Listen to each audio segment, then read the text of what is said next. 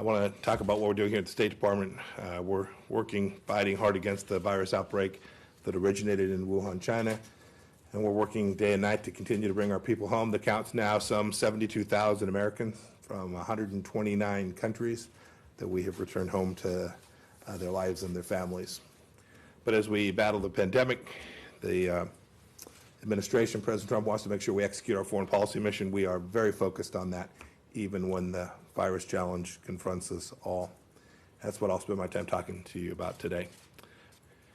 Coming back to our hemisphere, we've noticed how the regime in Havana has taken advantage of the COVID-19 pandemic to continue its exploitation of Cuban medical workers. We applaud leaders in Brazil and in Ecuador and Bolivia and other countries which have refused to turn a blind eye to these abuses by the Cuban regime, and ask all countries to do the same, including places like South Africa and Qatar.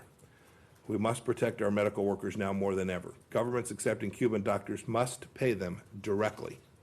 Otherwise, when they pay the regime, they are helping the Cuban government turn a profit on human trafficking. We shouldn't pretend that because some organization has health in its title, that it's actually capable of delivering the outcomes that we need. I think about this in the context of the ICC, the International Criminal Court. It's a politicized organization, not a court. We want to make sure that we're getting it right so that we can deliver outcomes for the American people. And the same holds true here. We'll conduct our review. We'll evaluate this. If there is a function that only the WHO can do, and we think it is important for American national security because we are good humanitarian partners around the world, I'm confident we'll find a way to deliver that outcome. And so I just urge everyone, there's private donors who contribute to the WHO, always ask, is this the best model? Is this really the right outcome? When you see the influence that the Chinese Communist Party had as they were debating how to handle this virus in January of this year, and when you think about those things and the risks that those pose to the world, it is an obligation to reconsider whether that vehicle is the right one to deliver pandemic response systems for the world. The thing I'll say is, overnight I saw comments from the Chinese Foreign Ministry talking about a coercive activity with respect to Australia, who had the temerity to ask for an investigation. Who in the world wouldn't want an investigation of how this happened to the world? I assume the people of China, they're good people.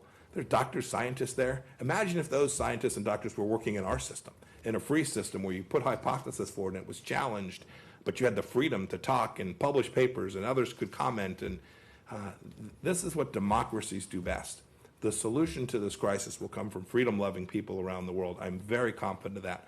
Authoritarian regimes are poorly designed to deal with the kind of crisis that this pandemic has engendered.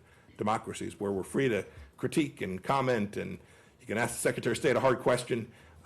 These are the kinds of places where scientists and freedom and thought and journalists can all operate freely. These are the societies that will deliver the right outcome. Will deliver the therapeutics, will deliver the vaccines, will get the right outcome to get our economies back going again. I'm highly confident of that.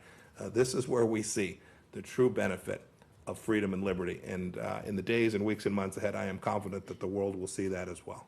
Can I